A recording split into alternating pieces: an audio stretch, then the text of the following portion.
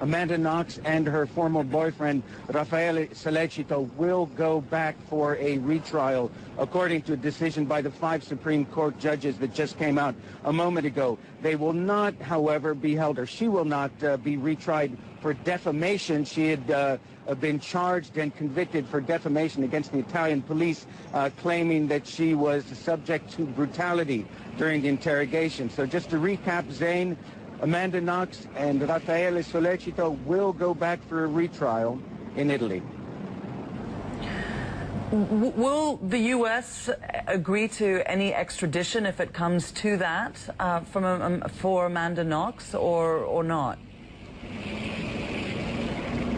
Well, in these cases, they look at each case one by one. There is an extradition treaty between the United States and Italy, but Italy has to make a formal request to the U.S. government. Will they agree? We don't know. But certainly we do understand, Zane, that the United States government was not altogether happy with how the trial was conducted. So that particular issue is very much up in the air.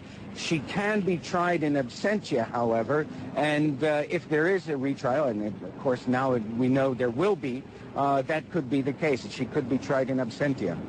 Zane? What was the argument that the prosecution was making about why there needed to be a retrial, and how would they treat the evidence that existed at the time differently in any kind of a retrial? Do you know?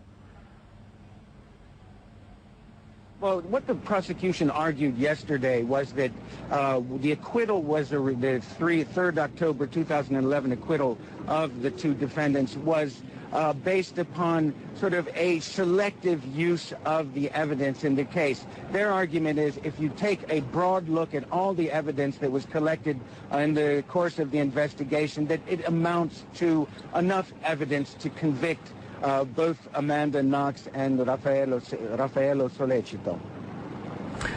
And what about the Italian people that you've talked to, Ben? What are they saying about Amanda Knox again? Are they gripped by this like many were months ago? Not so much. I think the Italian people have much more difficult issues to deal with right now. What with the economic crisis, Italy still has no government. There's a mess, and of course, they're watching closely the situation in Cyprus. Somehow, when you look at the broad range of problems facing this country, the trial of a pretty young American who perhaps killed a pretty young British student seems rather less important at the moment.